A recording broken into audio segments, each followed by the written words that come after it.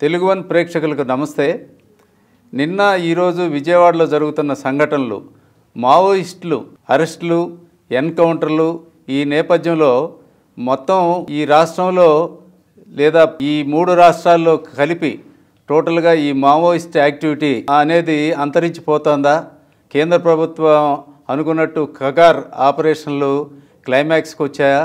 ఇప్పుడు అసలు అక్కడ ఏం జరుగుతోంది, భవిష్యత్తు పరిస్థితి మరి ఎలా ఉండబోతోంది, కేంద్ర ప్రభుత్వం పంతం నెగ్గించుకుంటోందా అనే అంశం మీద ఈరోజు మాట్లాడడానికి మనతోని అతిథి భరద్వాజ గారు ఉన్నారు. వారితో మాట్లాడదాం. నమస్తే సార్. నమస్తే అండి. చెప్పండి సార్, నిన్న అసలు విజయవాడలో వాళ్ళు 50 మంది అంటే 37 మంది ఏమో ఒక బిల్డింగ్లో ఉన్నారు. సరే, ఏలూరులో, కాకినాడలో ఇద్దరు నక్సలైట్లు, నలుగురు దొరికారు. ఏలూరులో ఎక్కువ మంది ఉన్నారు, 12 మంది దాకా ఉన్నారు. అక్కడ కాకినాడలో 2 అనేది వీళ్ళు చెప్తున్న లెక్క. అవును.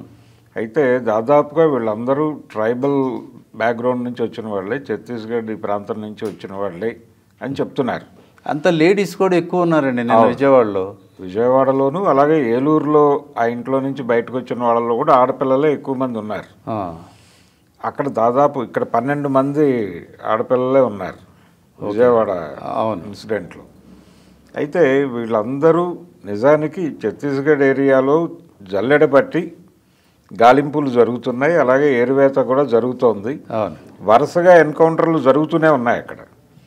అంటే మల్లోజుల వేణుగోపాల్ వీళ్ళ సరెండర్లు జరిగిపోయిన తర్వాత కూడా బస్తర్లో ఎన్కౌంటర్ల పరంపర కొనసాగుతూనే ఉంది. ఈ కొనసాగుతున్న టైంలోనే లొంగుబాట్లు కూడా జరుగుతున్నాయి. చాలామంది కర్రెగుట్టల తర్వాత ఇక్కడ లొంగిపోయే వాళ్ళ సంఖ్య పెరిగింది. ఇప్పుడు లొంగిపోమ్మని పార్టీయే చెప్పేస్తోంది కొంతమందికి. చెప్పేసి బయటకు వస్తున్నటువంటి వాళ్ళలో కూడా వాళ్ళు ఇబ్బందికరం అనుకున్న వాళ్ళని టార్గెట్ చేసి చంపేస్తున్న పరిస్థితి కూడా ఉంది. ప్రభుత్వం కూడా కన్ఫ్యూజ్ చేస్తోంది. అంటే సన్నివేశాన్ని జనాలకు ఒక రకంగా నెరేటివ్ ఇస్తూ ఇంకొక రకమైన కార్యక్రమం వాళ్ళు చేసుకుంటూ వెళ్ళిపోతున్నారు. వీళ్ళు యాక్చువల్గా నంబళ్ళ కేశవరావు గారు ఉన్న రోజుల్లోనే చర్చలు జరపాలి ప్రభుత్వంతో అనుకున్నాడు.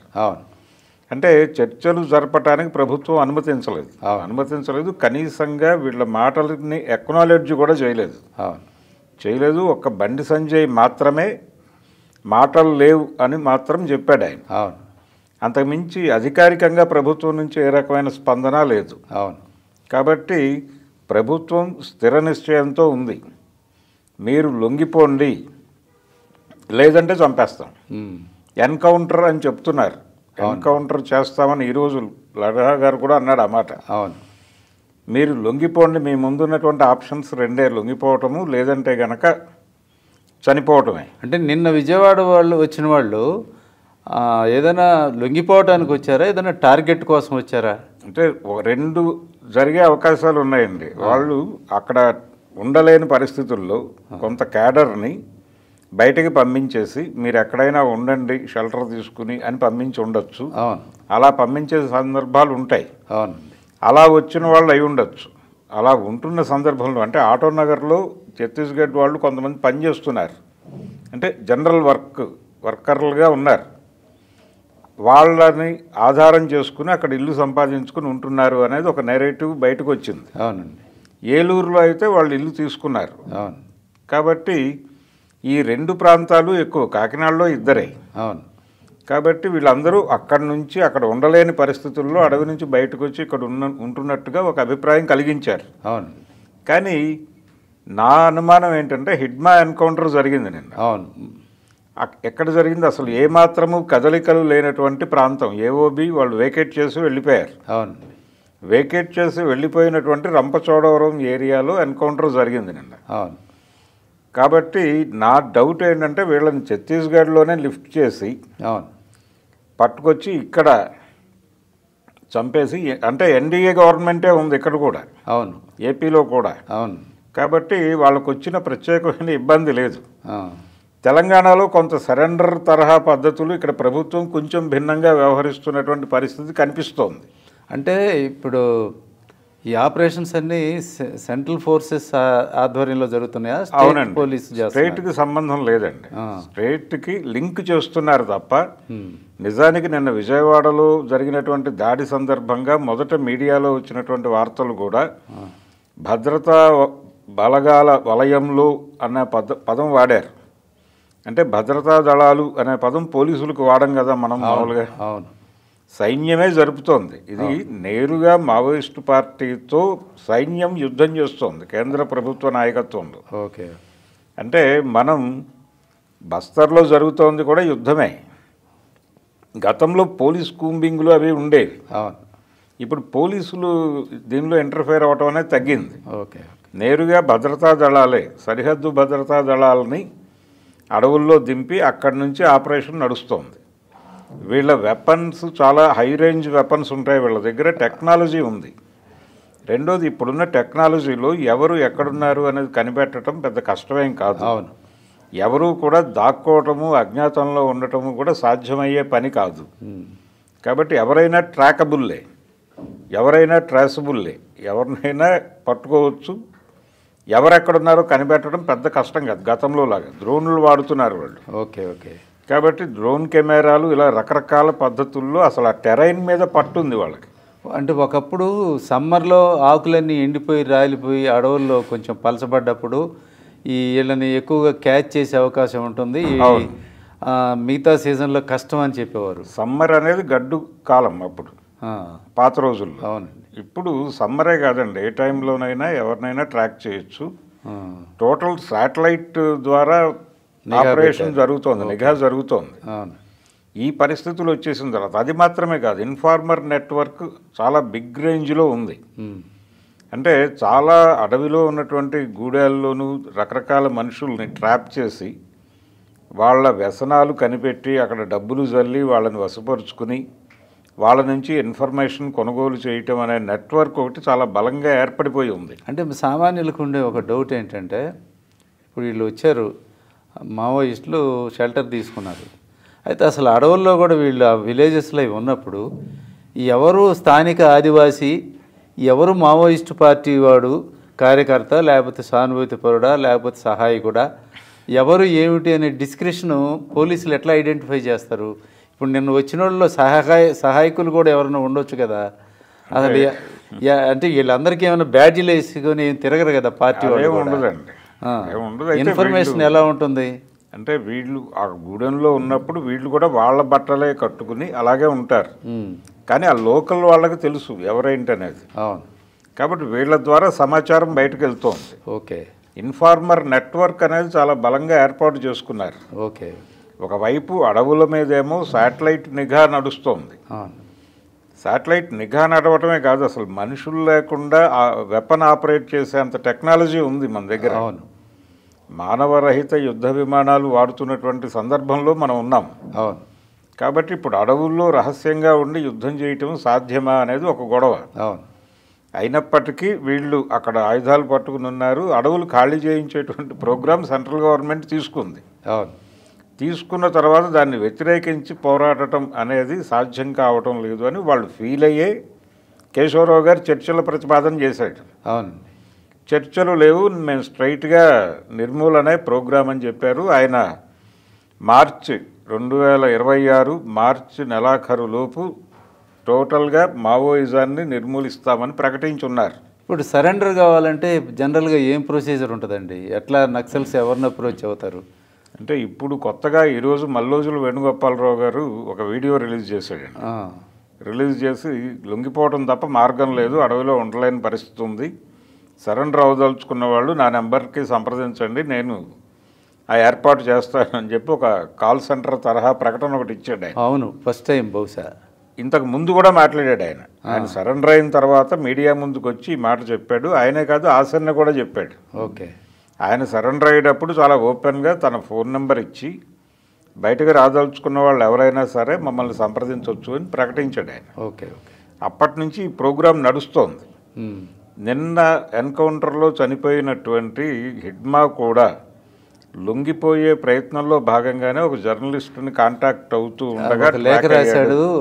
10వ తేదీనే ఇందాక ఒక లెటర్ వచ్చింది, ఒక లెటర్ బయటకు వచ్చింది. అయితే ఈ లెటర్ రావటము కూడా అంటే జరుగుతున్న సంఘటనలు వేరు, బయటకి ప్రచారం చేస్తున్నది వేరుగా 2-3 లేయర్లలో కథను నడుపుతున్నారు. అవునండి. అంటే జనాల్ని కన్ఫ్యూజ్ చేయటం కోసం. ఒకవైపు నిన్న వాళ్ళని ఛత్తీస్గఢ్లోనే పట్టుకున్నారు. మామూలుగా ఎట్లా చేస్తారు సరెండర్స్ అంటే ఇంతకుముందు ప్రొసీజర్ సార్, ఇప్పుడు అంటే ఆయన ఏదో జనరల్గా అప్రోచ్ అవటమేనండి. ఎవరిని అప్రోచ్ అవుతారు వీళ్ళు? ప్రభుత్వాన్ని వీళ్ళకి తెలిసిన పోలీసు అధికారుల ద్వారా అప్రోచ్ అవ్వటము, లేకపోతే ఇంటెలిజెన్స్ వాళ్ళ ద్వారా అప్రోచ్ అవ్వటం. ఇప్పుడు పులిని ఏదో యానిమల్ నమ్ముతుందా? ఆహారం కింద మరి పోలీసు వాళ్ళని నమ్మి వీళ్ళు సరెండర్ అవుతామని చెప్తే వాళ్ళు మనల్ని సరెండర్ చేసుకుంటారని నమ్ముతారా? ఎటువంటి పరిస్థితుల్లో? రకరకాల పద్ధతుల్లో సరెండర్లు జరిగాయండి. జర్నలిస్టుల ద్వారా సరెండర్లు జరిగిన పరిస్థితి కూడా ఉంది. ఒక పత్రిక ఎడిటర్ గారి ద్వారా సరెండర్ అయినటువంటి వ్యక్తిని కూడా ఉన్నాడు మనకి. రాష్ట్ర కమిటీలో ఉన్నటువంటి నెమలూరు భాస్కర్రావు గారు, ఆ రోజుల్లో ఆయన సరెండర్ అయిన పద్ధతి ఇండియన్ ఎక్స్ప్రెస్ సుందరం గారి ద్వారా కదా అయింది, వాళ్ళ బంధువులు. అవునవును. అలా వెళ్ళాడు ఆయన. అలా ప్రతి ఒక్కళ్ళు సరెండర్ అవ్వాలి అనుకున్న తర్వాత ఏ మార్గంలో ప్రభుత్వాన్ని సంప్రదించవచ్చు అని ఒక రూట్ మ్యాప్ వేసుకుని ఆ ప్రయత్నాలు చేసుకుని అప్రోచ్ అయ్యి ప్రతిపాదన పెట్టిన తర్వాత వాళ్ళు చెక్ చేసుకుని వాళ్ళు డెఫినెట్గా పోలీసు వారిని ఆశ్రయిస్తారు. అక్కడి నుంచి ఇది నిజమా కాదా అనేది వెరిఫై చేసుకున్న తర్వాతే సరెండర్కి ఏర్పాట్లు జరుగుతాయి. అంటే సరెండర్ ప్రక్రియ అనేది కనీసం వీళ్ళ ప్రపోజల్ వెళ్ళిన తర్వాత ఒక 20 రోజులు అవును టైం తీసుకుంటుంది. అని ముందు ట్రస్ట్ ఏర్పడాలి. ట్రస్ట్ ఏర్పడాలి, వీళ్ళని ఒకరు నమ్మాలిగా, వాళ్ళని వీళ్ళు నమ్మాలి. అవును, ఇద్దరు నమ్మాలి, ఇద్దరు నమ్మాలి. అవును.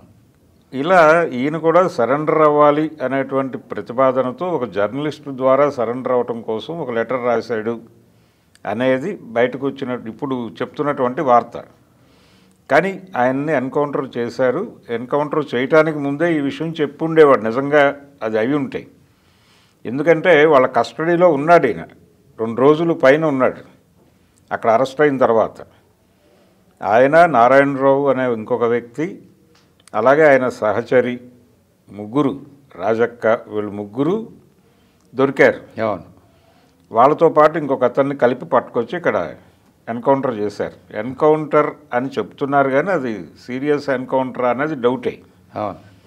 ఛత్తీస్గఢ్లో చాలామందిని అదుపులోకి తీసుకున్నారు, వాళ్ళ దగ్గర స్టాక్ ఉంది. ఓకే. నిన్న జరిగినటువంటి ఎన్కౌంటరు, ఈరోజు జరిగినటువంటి ఎన్కౌంటరు, దేవ్జీ కూడా వాళ్ళ కస్టడీలో ఉన్నాడు అని పౌర హక్కుల సంఘాల వాళ్ళు నిన్న ప్రెస్ రిలీజులు చేశారు. అయితే ఈ అనుమానపు తెరలైతే ప్రపంచం మీద ఉన్నాయి. కానీ ఈరోజు జరిగినటువంటి ఎన్కౌంటర్లో దేవ్జీ ఉన్నాడు అని మొదట ప్రచారం జరిగింది పొద్దున్నే. కానీ ఆయన లేడు అనేది అభిప్రాయం, సాలిడ్ ఇన్ఫర్మేషన్ ఆయన లేడు ఈరోజు అని. అంటే ఒక డీసీఎం మెంబరు లేదా ఒక స్టేట్ సెక్రటరీ ఉంటే చుట్టూ ఎస్కార్టింగ్ ఎంతమంది ఉంటారు జనరల్గా? 9 మంది మినిమం. 9 నుంచి 18, 20 మంది ఉన్నటువంటి సందర్భాలు కూడా ఉన్నాయండి. అంటే వీళ్ళు 1+2గా మొదలై 1+20 దాకా వెళ్ళింది సెక్యూరిటీ. Okay okay. 2-3 లేయర్స్లో సెక్యూరిటీ ఉంటుంది. అవును. కానీ ఇప్పుడు 1+2 కూడా తిరిగే పరిస్థితి లేదు బస్తర్లో అనేది, అంటే ఇంతమందితో కలిసి తిరిగే పరిస్థితి లేదు అక్కడ. అవునవును. లేకపోవడంతో 1+2 తిరగడం కూడా కష్టమైపోయి ఎటు మూవ్ అవ్వాలన్న కాలు తీసి కాలు పెట్టలేనటువంటి పరిస్థితి ఉంది అని ఆసన్న తన ఇంటర్వ్యూలో చెప్పుకున్నాడు. అంటే ఆయన సరెండర్ అవడానికి ముందు ఒక ఇంటర్వ్యూ ఇచ్చాడు లోకల్ బస్తర్ టాకీస్ అనేటువంటి మీడియాకి. అవును. అందులో ఆయన చెప్పుకున్నాడు, ఇది మేము మూవ్ అయ్యే పరిస్థితి లేదు, ఏం చేయాలో అర్థం కావట్లేదు, చర్చలకి ప్రభుత్వం ఆమోదిస్తే బాగుంటుందని అనుకుంటున్నాము అని. అంటే పార్టీ సరెండర్ కావాలి అంటే ఇన్ టోటల్ బయటకు వచ్చేయాలి అనేటువంటి ఒక ప్రతిపాదన ఉంది. అంటే పార్టీ సానుభూతి పరుల నుంచి కూడా ఒక డిమాండ్ ఉంది. టోటల్గా పార్టీయే మేము ఆయుధాలు వదిలేస్తున్నాం, ఓపెన్ ప్లేస్లోకి వచ్చి లీగల్గా పనిచేయదలుచుకున్నాం అని ప్రకటిస్తే బాగుంటుంది కదా అని ఒక ప్రతిపాదన చేస్తున్నారు చాలామంది. అవును. అయితే ఈ ప్రతిపాదనని వాళ్ళు అంగీకరించటం లేదు. ఇదే అభిప్రాయంతో మల్లోజుల వేణుగోపాల్ సాయుధ పోరాట తాత్కాలిక విరమణ అని ప్రకటన చేశాడు. అది పార్టీ నిర్ణయం కాదు. పార్టీ నిర్ణయం కాకపోయినా తన నిర్ణయాన్ని పార్టీ నిర్ణయంగా ఆయన ప్రకటన చేశారు. వాళ్ళు ఖండించారు. కాబట్టి పార్టీ సాయుధ పోరాటాన్ని విరమించాలి అని అనుకుంటున్నట్టుగా లేదు. అవును. అయితే విరమించి బయటకు వచ్చేస్తే బాగుంటుందని చాలామంది మాట్లాడుతున్నారు. కానీ వీళ్ళెవరూ కూడా ప్రభుత్వం మీద ఒత్తిడి తీసుకురావటం లేదు, కేవలం పార్టీ మీద మాత్రమే ఒత్తిడి తీసుకొస్తున్నారు. కానీ వాళ్ళు లొంగిపోతే ఒకవేళ, లేదు పార్టీ ప్రకటిస్తే ప్రభుత్వం సహిస్తుందా అనేది ఒక ప్రశ్న. అష్యూరెన్స్ లేకుండా ఎలా బయటకు వస్తారు అనేది ప్రశ్న వాళ్ళ వైపు నుంచి వస్తుంది. కాబట్టి గతంలో ఇక్కడ ప్రభుత్వంతో చర్చలు జరిపినటువంటి పరిస్థితి ఉంది. తెలుగుదేశం ప్రభుత్వంతో మొదలై అది కాంగ్రెస్ ప్రభుత్వంతో జరిగింది. అంటే చంద్రబాబు గారు సీఎంగా ఉండగానే చర్చల ప్రతిపాదన మొదలైంది. మొదలై శంకరన్ గారు, పొత్తూరు వెంకటేశ్వరరావు గారు వీళ్ళిద్దరూ కలిసి పౌరస్పందన వేదిక అని ఒకటి ఏర్పాటు చేసి రెగ్యులర్గా సెక్రటేరియట్కి వెళ్ళి అక్కడ మాట్లాడి తర్వాత వాళ్ళకు ఉత్తరాలు రాసి ఒక సమన్వయం కోసం చాలా కృషి చేశారు వాళ్ళు. ఈ మధ్యలో ఎన్నికలు వచ్చినాయి, మధ్యంతర ఎన్నికలు వచ్చి వైఎస్ గెలిచిన తర్వాత, అంటే ఆయన ఎన్నికల హామీ అది, నేను గెలిస్తే చర్చలు జరుపుతాను అని. ఆ ఎన్నికల హామీ ప్రకారం ఆయన చర్చలకి ముందుకు వచ్చాడు. వచ్చిన తర్వాత ఆ చర్చలకు కూడా అనుసంధానంగా ఉన్నది వీళ్ళే. శంకరన్ గారు, పొత్తూరి గారు, హరగోపాల్ గారు వీళ్ళందరూ ఉండి ఆ చర్చల సమన్వయం కోసం పనిచేశారు. కానీ ఇప్పుడు పరిస్థితి ఏంటి, ఎవరు సమన్వయకర్తలు ఎవరు కనిపించట్లేదు. అంటే అప్పుడు మరి చర్చలు జరిగినాయా? జరగలేదు కదా. చర్చలు జరిగాయి, వైఎస్ రాజశేఖర రెడ్డి గారి హయాంలో జరిగినాయి. అదే ఆయన అసలు ఎన్నికల్లో ఆ వాగ్దానంతోనే గెలిచాడు. అంతకుముందే చంద్రబాబు నాయుడు గారు చర్చలు మొదలుపెట్టాడు. ఆయన అలిపిరిలో ఒకసారి దెబ్బతిన్నాడుగా, వాళ్ళ చేతిలో చావు తప్పి. అలిపిరి నుంచి అది నక్సల్ ఎజెండాతో ఎన్నికలు జరిగినాయి. అవును, అంటే అలిపిరి నుంచి మధ్యంతర ఎన్నికలకు వెళ్ళాడు ఆయన. అవును, వెళ్ళి ముందస్తు ఎన్నికలు, మధ్యంతరం కాదు ముందస్తు ఎన్నికలకు వెళ్ళాడు. అవును, ఓడిపోయారు. అంటే అలిపిరే ఎజెండా అప్పుడు. అవును, అలా అలిపిరి మీద రెఫరెండంగా ఎన్నికలకు వెళ్ళాడు ఆయన. ఆ ఎన్నికల్లో దాదాపుగా, అంటే అది ఎన్నికలు ఎలా జరిగిందంటే తెలుగుదేశం వర్సెస్ పీపుల్స్ వార్గా జరిగింది. అవును, టెక్నికల్గా ఎన్నికల్లో గెలిచింది పీపుల్స్ వారే. అంతే.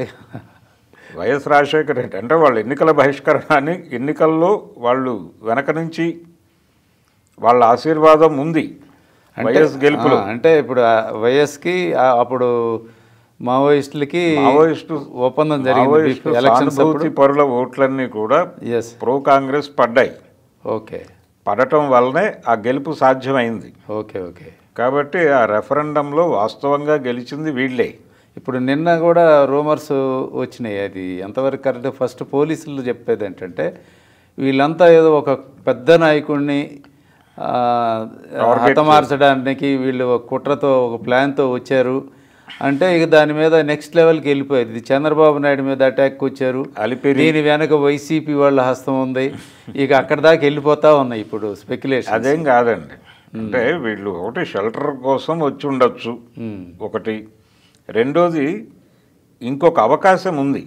అంటే ప్రస్తుతం జరుగుతున్నటువంటి ఈ రెగ్యులర్ దాడుల వలన పార్టీ క్యాడర్ మనోస్థైర్యం దెబ్బతింటున్నటువంటి పరిస్థితిని వాళ్ళు గమనిస్తూనే ఉన్నారు. కాబట్టి వాళ్ళ మొరైల్ నిలబెట్టడం కోసం ఒక భారీ యాక్షన్ చేయవలసినటువంటి అనివార్యత కూడా ఉంది. ఓకే, ఉంది. కాబట్టి ఇప్పుడు పోలీసు వారు చెప్తున్నటువంటి ఒక పెద్ద తలని వీళ్ళు తీసే అవకాశం ఉంది, అందుకోసం వచ్చారు అని ఏదైతే చెప్తున్నారో దానికి ఒక అవకాశం ఉంది. వీళ్ళందరూ అందుకు మోహరించారని చెప్తున్నారు. ఈ చెప్పడానికి ఒక పునాది ఉంది. అదే విజయవాడ లాంటి ప్లేస్లో ఎవరు ఊహించని స్థలం, అక్కడ నక్సలైట్లు ఉంటారని ఎవరు ఊహించలేదు. కానూరు లాంటి ఊరు, చిన్న ఊరు, ఆ ఊళ్ళో ఎవరు కొత్త వాళ్ళు ఎవరు వచ్చినా కూడా గమనిస్తారు. మరి ఆ ఊర్లో ఒక బిల్డింగ్లో ఇంతమంది క్యాంప్ చేశారంటే ఇన్ఫర్మేషన్ ఆటోమేటిక్గా లీక్ అవుద్ది కదా, అది కూడా జాగ్రత్త తీసుకోకుండా మావోయిస్టులు ఎట్లా చేరారని. అంటే చాలా సందర్భాల్లో విచిత్రంగా లీక్ అవుతాయండి షెల్టర్లు. ఒకసారి ఎప్పుడు పొలిటికల్ క్లాసెస్ జరిగినాయి అక్కడే, అదే ఏరియాలో. అప్పటికింకా మావోయిస్ట్ పార్టీ కాదు, అది పీపుల్స్ వార్గా ఉన్న రోజుల్లో. అవునవును. దాదాపు తెలంగాణ నుంచి ఆంధ్ర ప్రాంతం నుంచి ఒక 40 మంది ఉన్నారు ఆ ఇంట్లో. పొలిటికల్ క్లాసెస్ జరుగుతున్నాయి, ఒక బ్యాచ్ వెళ్ళిపోయింది, రెండో బ్యాచ్ నడుస్తూ ఉండగా ఈ ఆడపిల్లలు ఎక్కువ మంది ఉండటము, వాళ్ళు కొంచెం ఫ్రీగా బయటకు వచ్చి ఏదో 2 వీలర్లు నేర్చుకునే ప్రయత్నాలు చేయటం, ఇదంతా చూసి చుట్టుపక్కల వాళ్ళకి ఇంకేదో డౌట్లు వచ్చి వాళ్ళు ఇక్కడేదో ఇంకేదో జరుగుతోందని చెప్పి పోలీసులకు ఇన్ఫర్మేషన్ ఇస్తే పోలీసు వారు నిఘా పెడితే అది కాదు, వీళ్ళ అనుమానం నిజం కాదు, ఇంకేదో జరుగుతోందని వీళ్ళు స్మెల్ చేసి అటాక్ చేసి దాదాపు 23 పట్టుకోగలిగారు. మిగిలిన వాళ్ళు పారిపోయారు. Okay okay.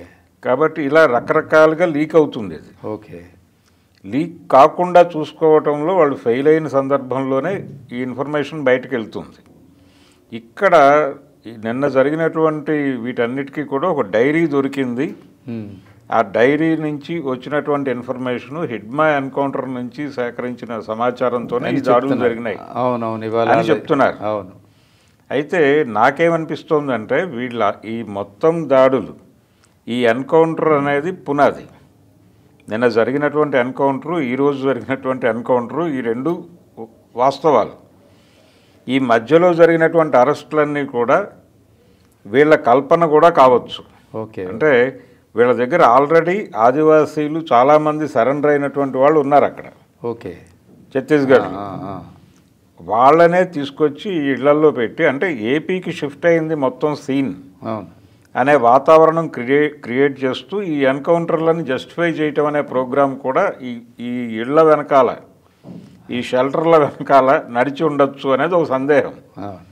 అంటే పోలీసులు 2 లేయర్ మెజర్స్లో వెడుతున్నట్టుగా కనిపిస్తోంది. అవును. ఒక నేరేటివ్ని కల్పిస్తున్నారు ప్రపంచానికి. అవును. ఇప్పుడు హిడ్మా అనేటువంటి పేరు దాదాపుగా గత 6-7 నెలల నుంచి విపరీతంగా మోగుతోంది. అది కూడా వాంటెడ్గా జరుపుతున్నటువంటి కార్యక్రమమే. రోజు మీడియాలో అతనికి సంబంధించిన వార్త ఉండకుండా చూసుకున్నారు. అవును. ఏదో పద్ధతిలో. అవును.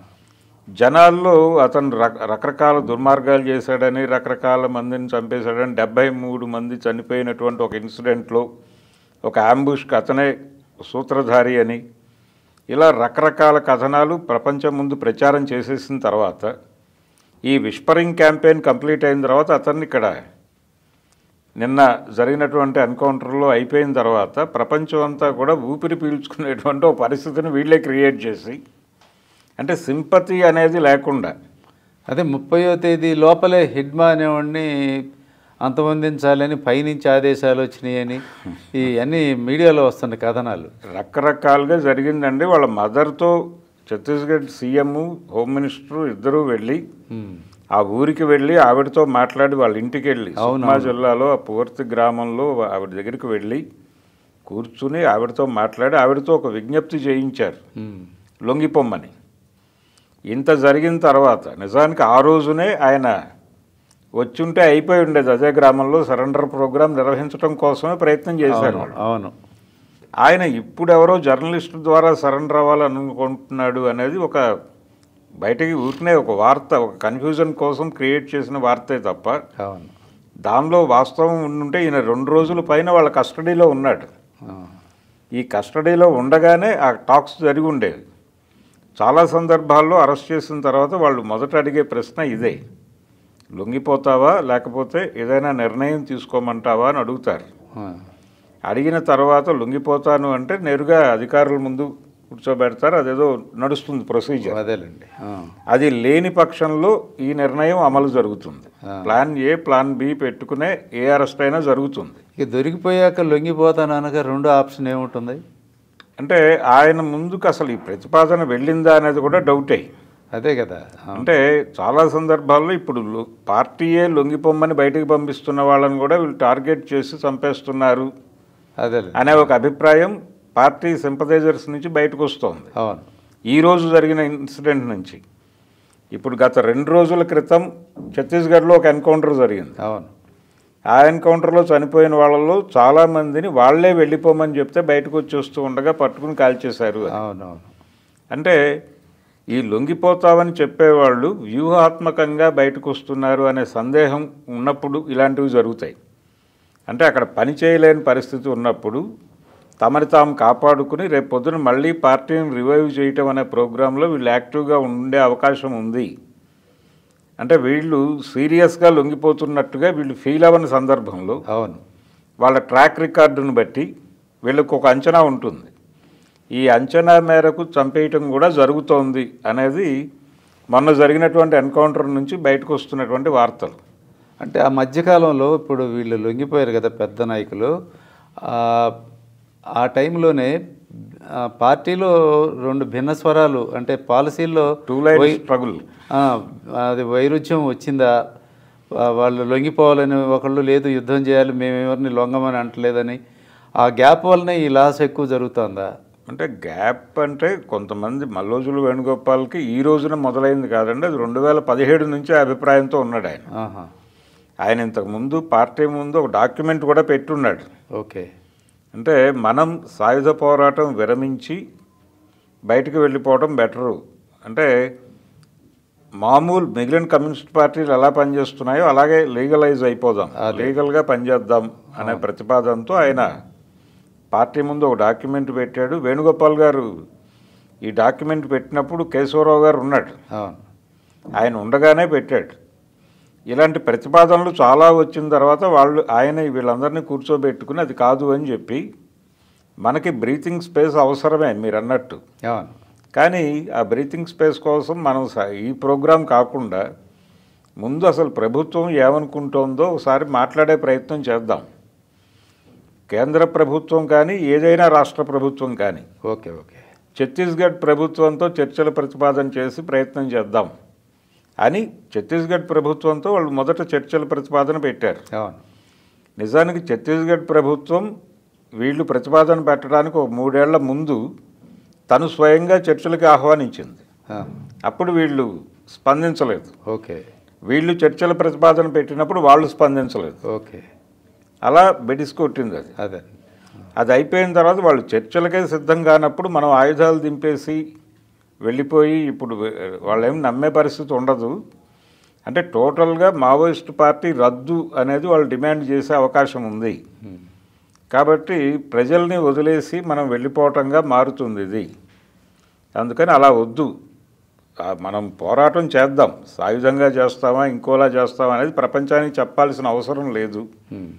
కాబట్టి మనం ఈ ఉన్నటువంటి ఏరియాని కాపాడుకుందాం, పార్టీని ఇక్కడ లోకల్గా పార్టీని కాపాడుకుందాం, బయట శ్రేణుల్ని కాపాడుకుందాం, కావాలంటే రిట్రీట్ అవుదాం, రిట్రీట్ అయ్యి వివిధ శ్రేణుల్లోకి విస్తరిద్దాం, అంతే తప్ప ప్రకటించి అక్కర్లేదు అనేది ఆయన వీళ్ళతో మాట్లాడి ఆ డాక్యుమెంట్స్ని పక్కన పెట్టేశాడు.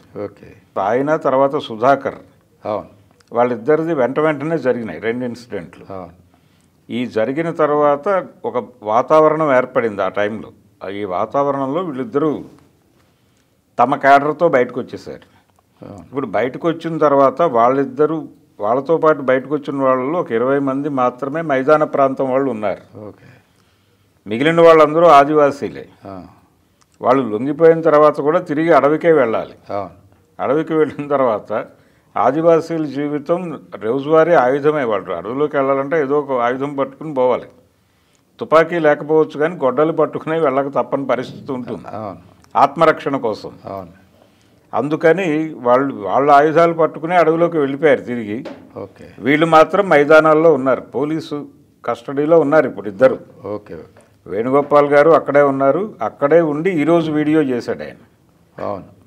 ఈరోజు వీడియో విడుదల చేసింది కూడా పోలీసులే. అలాగే ఆసన్న కూడా అక్కడే ఉన్నాడు ఇంకా స్టిల్. ఆయన సహచరి ఆవిడేమో తెలంగాణ జైల్లో ఉంది అరెస్ట్ అయ్యి.